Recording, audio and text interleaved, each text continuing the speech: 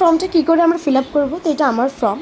তো দেখতেই পাচ্ছেন ফার্স্টে ডেট অফ বার্থ, এখানে নিজের ডেট অফ বার্থ দিয়ে দিতে হবে, তারপরে আধার নম্বর দিয়ে দিতে হবে, মোবাইল নাম্বার দিয়ে দিতে হবে, ফাদার নাম দিয়ে দিতে হবে, ফাদারের এপিক নাম্বার যেটা আমাদের ভোটার আইডি কার্ডে নাম্বারটা আছে, এপিক নাম্বার দিয়ে যে ফর্মটা দিচ্ছে ওই এপিক নাম্বার বসাতে হবে।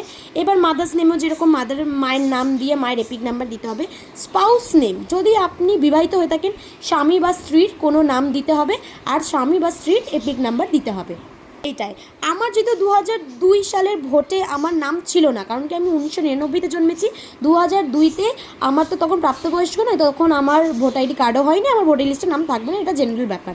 তাই জন্য এই ঘরটা আমরা ফিল আপ করবো না। তো 2002-তে যদি আমার মা বা বাবা বা আমার কাকা বা আমার ঠাকুমা কেউ যদি ভোটার লিস্টে নাম থেকে থাকে, সেটা আগে চেক করে নেবেন তাদের নাম ছিল কি না। এবার যেই গার্জেনের নাম ছিল তাদের পুরো এইখানে যা যা লেখা আছে তাদের পুরো রিলেটিভে আমাদের নামটা দিতে হবে। এবার নেম এখানে আছে, এখানে আমার বাবার নামে বসাতে পারবো, এবার বাবার এপিক নম্বর যা দিতে হবে। এবার রিলেটিভস নেম, আমি মেয়ে, আমার বাবার যেহেতু নাম ছিল 2002-তে ভোটার লিস্টে, তাই জন্য আমি এটা ফাদার লিখে দেবো। এবার রিলেশনশিপ কী ছিল, ডিস্ট্রিক্ট, সব যা যা আছে সব দিয়ে দিতে হবে। এটা আমার বাবার যাবে। যদি আমি 2002-তে ভোটার লিস্টে আমার নাম থেকে থাকে, যাদের মানে আছে বা ছিল, তারা এইটা ফিল আপ করবেন, আর যাদের নেই তারা 2002-তে তাদের বাবা কাকা যেটা যাদের নাম ছিল তারা এখানে ফিল আপ করবে। খুবই ইজি। এবার এখানে লাস্টে পাসপোর্ট সাইজ ফটো দিয়ে দিতে হবে।